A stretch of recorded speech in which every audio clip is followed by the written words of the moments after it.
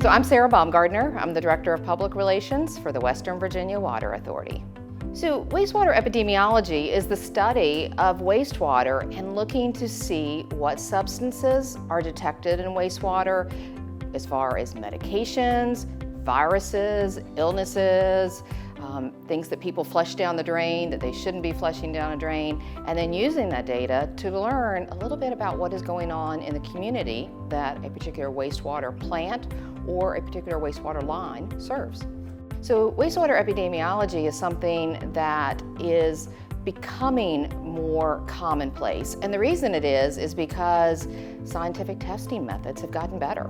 We used to only be able to see things that were measured in parts per million, and now we can measure in parts per billion or parts per trillion.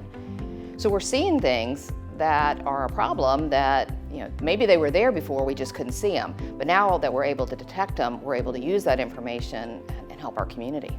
So with the COVID virus, we started looking for fragments of the COVID virus. It's particles of the RNA, and it is not live COVID virus. So it's important to know that there is no live virus floating through the sanitary sewer system. But there's these fragments that people shed when they go to the bathroom. And it may be people who have an active case, or it may be somebody who's asymptomatic, not showing symptoms yet and doesn't know they have COVID. So we're able to test that, and we're looking in different, we call them sewer sheds, different sewer lines that serve parts of the community, and we're looking at our main facility, which really kind of represents the Roanoke Valley. And if we pick up detections of these virus particles, we're able to say, this is what the community is experiencing, but it's going to be 5 to 7 days before those people get sick enough that they're going to go get tested. So we kind of see what the trends are before they actually show up in the community. So this test is in partnership with the Virginia Department of Health. It's been administered through them all along. And they're partnering with the CDC and have actually created a national wastewater surveillance dashboard. So people can go online to the CDC site and see for each community kind of what the profile looks like. So one of the interesting things with this data, as I said, it's an early warning. It's basically 5 to 7 days in advance you get the information. The peak amount of detection that we had at our wastewater treatment facility was on January 7th, 2022. The following week, the Roanoke Allegheny Health District said they hit their peak on January 12th. So we saw this large number of cases was going to occur 7 days before the public actually started experiencing symptoms. The good news right now is that we are at record lows. So other things we're using the wastewater to help make improvements for public health and to kind of advise is we test pharmaceuticals and personal care products that are passed through the wastewater. And kind of what's important here is it's being used as an educational tool. It used to be the standard when somebody wanted to get rid of their medicine, they poured it down a drain or they flushed it down a toilet, and they thought it went away. And what we know now, because detection's better, is particles of those medicines, the chemicals in those medicines, pass through the biological treatment process at a wastewater plant and go out to our nation's rivers. And they're polluting our rivers and harming aquatic life and ultimately can get into drinking water. So the Western Virginia Water Authority, in partnership with some of the prevention groups like RACAC and the Prevention Council, we got a grant to study what's in the wastewater. And what we found is kind of a top 10 list of the Roanoke Valley. We see a lot of evidence of medicine for type 2 diabetes, blood pressure medicines, caffeine and nicotine.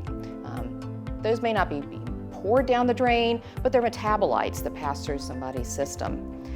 And Prozac, an antidepressant medication. These are all showing up on our wastewater stream. And what we're doing as a group is we're educating the community, don't flush your medicine. If you have unused, expired medicine, don't flush it down the drain. Take it to a drug take-back day. Take it to a permanent drug take-back box. And TakeThemBack.org has a great listing of where all these sites are and where upcoming take-it-back events are. And the good news there for our community is over the past decade, we've seen the number of people who flush their medicine or reported in surveys that they flush their medicine, that number's been cut in half. Those people are not flushing their medicine anymore. They're taking the medicine to drug take-back days or using permanent take-back boxes. So we're also partnering with Virginia Tech. They're doing some studies on opioids and looking at wastewater in particular zip code areas to see what opioids show up. And this is not people putting opioids down the drain. It's people using these illegal drugs, and then they are passing through their system as metabolites when they do use the bathroom. And so we're able to pick up particles of that and detections of that and be able to kind of see where are some of the largest problems. If you know where the problems are occurring, then you can have more education, you can have more solutions targeted to the people that need it the most. So we also knew regulations changed in the community, and this past summer, regulations on the use of marijuana changed in the Commonwealth of Virginia. So as part of our grant that we had, we actually tested our wastewater for THC compounds at the end of June, and the laws changed July 1. We did not detect any THC compounds in the wastewater at that time. But it's a wonderful baseline before the laws change, and we'll go back in 2 years and we'll resample and see is there any difference. And that's information that drug advocacy groups and the health department will be very interested in seeing. Most people think of wastewater as dirty or yucky, or they don't think about it at all. It simply goes down a drain, and that's the end of their thought process about it. But for us, it's more than just cleaning wastewater. It's making sure wastewater is clean for our community, but it's also using the science to find out more about our community so that we can educate, that we can advocate, that we can help people make smart decisions and have the information they need to improve quality of life in our entire community.